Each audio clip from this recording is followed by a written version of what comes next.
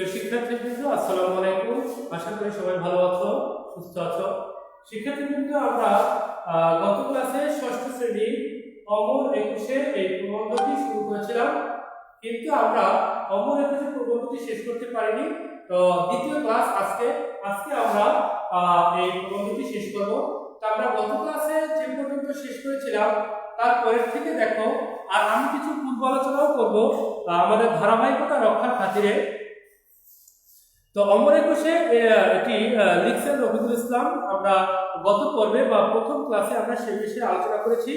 তো তারপর থেকে আর আমরা একটু পূর্ব আলোচনা করে রাখি যে অমর একুশে বলতে 52 সালে 21শে ফেব্রুয়ারিকে বোঝানো হয়েছে। অমর মানে এই 21শে অমর হয়ে থাকবে। এই 21শে অমর হয়ে থাকবে এই কারণে, কারণ এই 21শে আমাদের ভাষা শহীদরা তাদের আত্মত্যাগের মাধ্যমে ভাষাকে ছিনিয়ে এনেছেন, বাংলা ভাষার অধিকার আদায় করেছে এবং বাংলা ভাষাকে বাংলাদেশের রাষ্ট্রীয় ভাষা হিসেবে প্রতিষ্ঠিত করেছেন। সেই প্রতিষ্ঠিত করার আন্দোলনে যারা ত্যাগ স্বীকার করেছে তাদের স্মৃতি ধরে রাখার জন্যই এই 21শে অমর হয়ে থাকবে। এজন্যই নামকরণ করা হয়েছে অমর একুশে। তো সেদিন আমরা যে শেষ করেছিলাম যে রফিক উদ্দিন ও জব্বার এবং দ্বিতীয় দফা গুলিতে ঢাকা বিশ্ববিদ্যালয়ের ছাত্র আবুল বরকত শহীদ হন। তো এই বর্বর হত্যাকাণ্ডের খবর দাবানলের মতো শহরময় ছড়িয়ে পড়ে। দাবানল বলছে এ কারণে, দাবানল মানে হলো অনল মানে আগুন, দাবা মানে এগিয়ে যাওয়া, ধাবমান হওয়া। অর্থাৎ আগুন যেমন দ্রুত গতিতে স্বল্প সময়ের মধ্যে সব জায়গায় ধাবমান হতে পারে, ছড়িয়ে পড়তে পারে, ঠিক তেমনি এই খবরটি বর্বর হত্যাকাণ্ড বলতে এই যে প্রথম দফা গুলিতে রফিক উদ্দিন ও জব্বার এবং দ্বিতীয় দফা গুলিতে ঢাকা বিশ্ববিদ্যালয়ের ছাত্র আবুল বরকত শহীদ হন, এই হত্যাকাণ্ডের খবরটি সেই দাবানলের মতো দ্রুত ছড়িয়ে পড়ে। তো এটি ছড়িয়ে পড়লে ঢাকা শহর বিক্ষোভে ফেটে পড়ে। তাদের এই নির্মম হত্যাকাণ্ডের ঘটনা সব জায়গায় ছড়িয়ে পড়লে এই পুরো ঢাকা শহর বিক্ষোভে ফেটে পড়ে, মানে সবাই বিক্ষোভ শুরু করে। 22শে ফেব্রুয়ারি সকালে বিশ্ববিদ্যালয় এলাকায় এবং সর্বত্র কালো পতাকা উত্তোলন করা হয়। কালো পতাকা মূলত শোকের প্রতীক।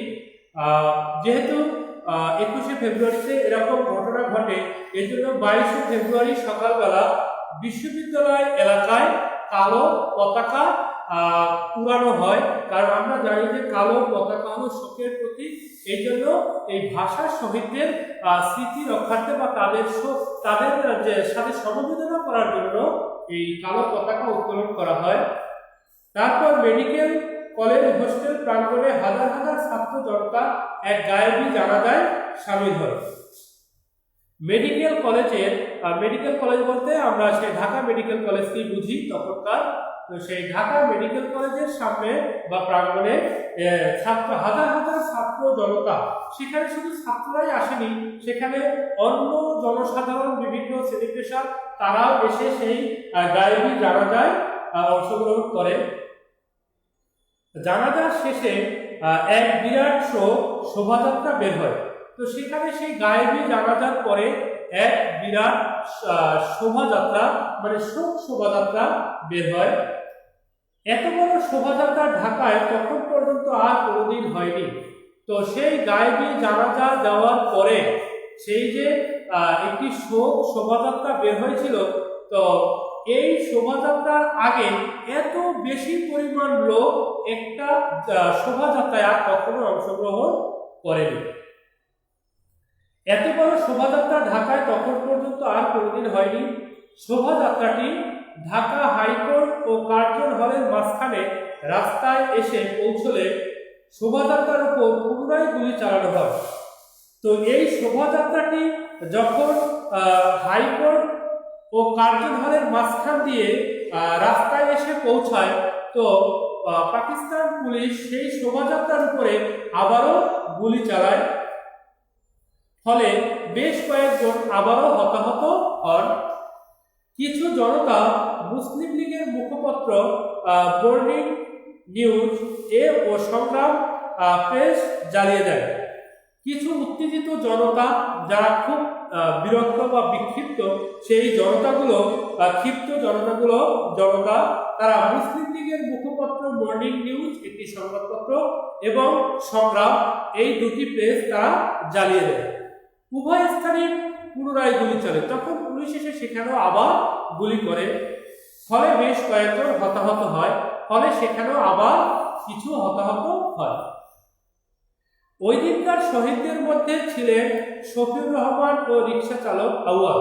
তো ওই দিন সেই অগ্নিসংযোগের ঘটনায় ওখানে যে আবার গুলি চালানো হয়, তখনকার শহীদ হন শফিউর রহমান আর রিক্সা চালক আউয়াল।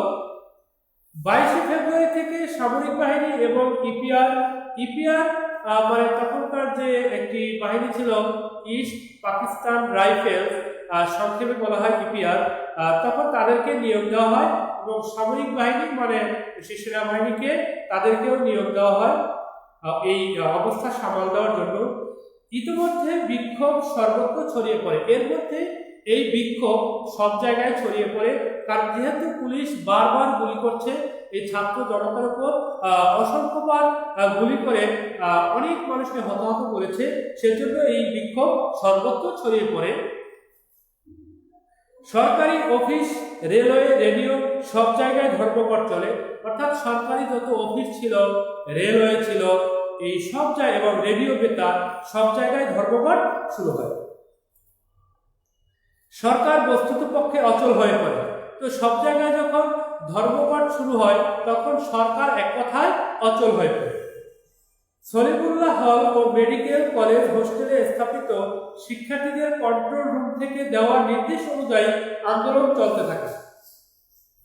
তো তখনকার যে আন্দোলনগুলো চলে, সেই নির্দেশ দেওয়া হতো সলিমুল্লাহ হল ও মেডিকেল কলেজের হোস্টেলে স্থাপিত শিক্ষার্থীদের কন্ট্রোল রুম। শিক্ষার্থীরা সলিমুল্লাহ হল এবং মেডিকেল কলেজের হোস্টেলে তারা একটি কন্ট্রোল রুম তৈরি করে এবং সেখান থেকে নির্দেশনা দিয়ে থাকে, আর সেই নির্দেশনা অনুযায়ী আন্দোলন চলতে থাকে।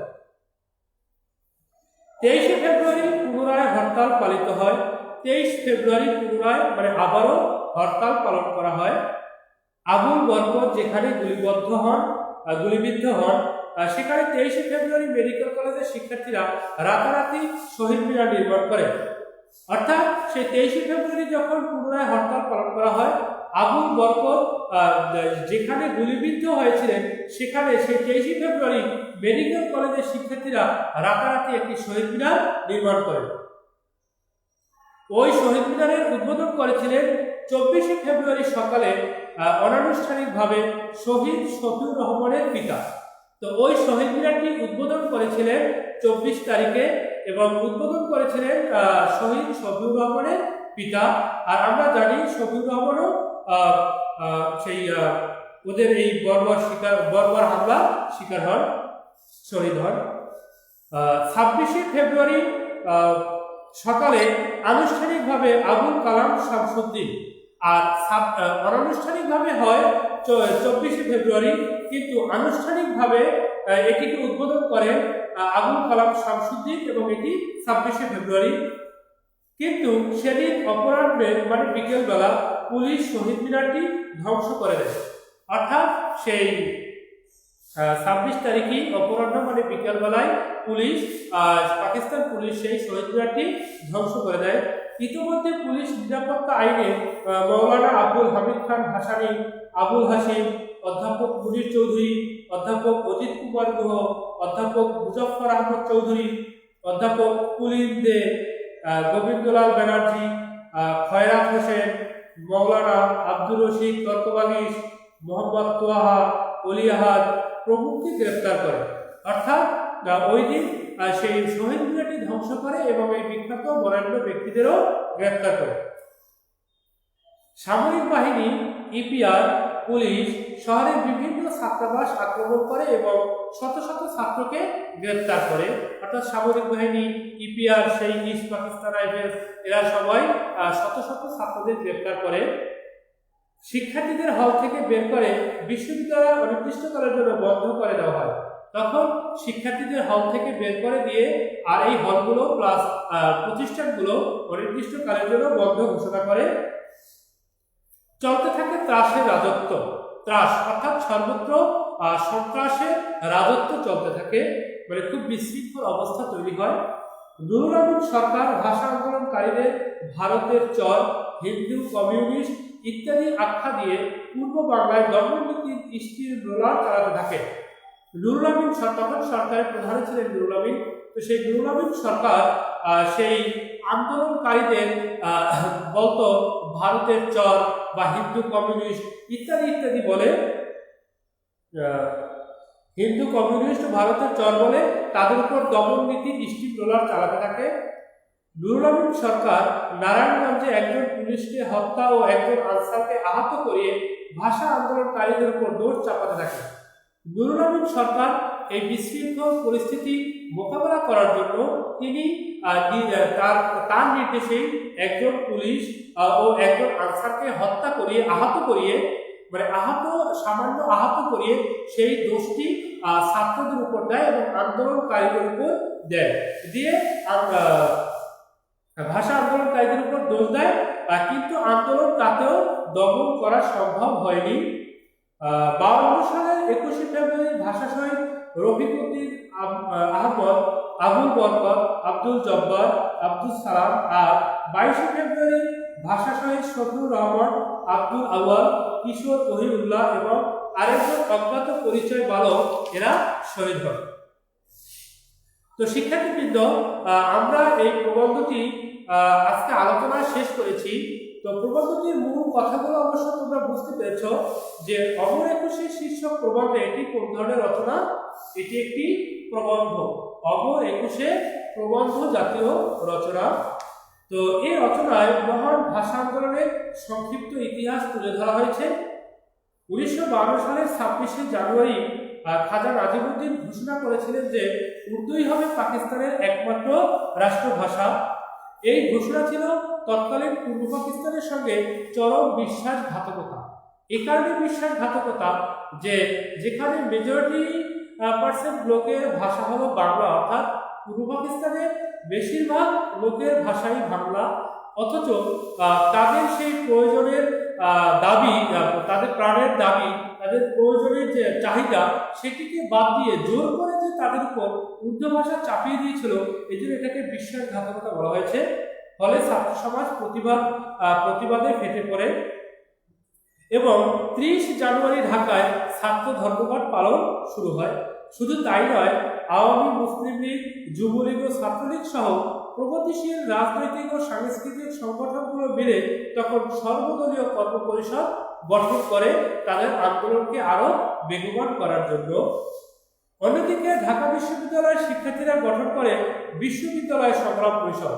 তো ঢাকা বিশ্ববিদ্যালয়ের শিক্ষার্থীরা তারা এই আন্দোলনকে বেগবান করার জন্য যে সংগঠন তৈরি করে সেটি নাম দেওয়া হয় বিশ্ববিদ্যালয় সংগ্রাম পরিষদ।